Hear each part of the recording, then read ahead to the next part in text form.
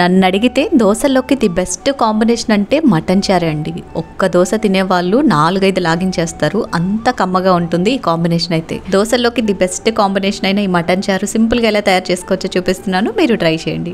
First అయితే 1 spoon గసాలు, 1 spoon ఎండు కొబ్బరి ముక్కల్ని నానబెట్టి మెత్తటి పేస్ట్ లాగా గ్రైండ్ చేసేసుకోండి. నెక్స్ట్ కుక్కర్లోకి 2 గంటల నూనె వేసుకుని దాల్చిన చెక్క, లవంగాలు, బిర్యానీ ఆకు, యాలుక్కాయి, పచ్చిమిరపకాయ ముక్కలు, ఉల్లిపాయ ముక్కలు వేసి 50% మగ్గనివ్వండి. మగ్గాక కొత్తిమీర, పుదీనా, 1 స్పూన్ అల్లం వెల్లుల్లి పేస్ట్ వేసి పచ్చివాసన పోయేట్టు ఫ్రై చేసేసుకుని 1/2 కప్పు టమాటా ముక్కలు కూడా వేసి మగ్గించండి. శుభ్రం చేసి పెట్టుకున్న 1/2 కేజీ మటన్ వేసి రుచికి సరిపడా ఉప్పు, పసుపు, కారం వేసేసి ఆయిల్ సపరేట్ అయ్యేంత వరకు ఫ్రై చేసేసుకుని ముందుగా ప్రిపేర్ చేసి పెట్టుకున్న పేస్ట్ కూడా వేసేసి 2-3 నిమిషాల పాటు ఫ్రై చేసుకున్న తర్వాత 1 స్పూన్ ధనియాల పొడి, 1/2 స్పూన్ గరం మసాలా, 1 లీటర్ నీళ్లు పోసేసి చక్కగా అంతా కలిపి కుక్కర్ మూత పెట్టేసి 4-5 విజిల్స్ రానివ్వండి.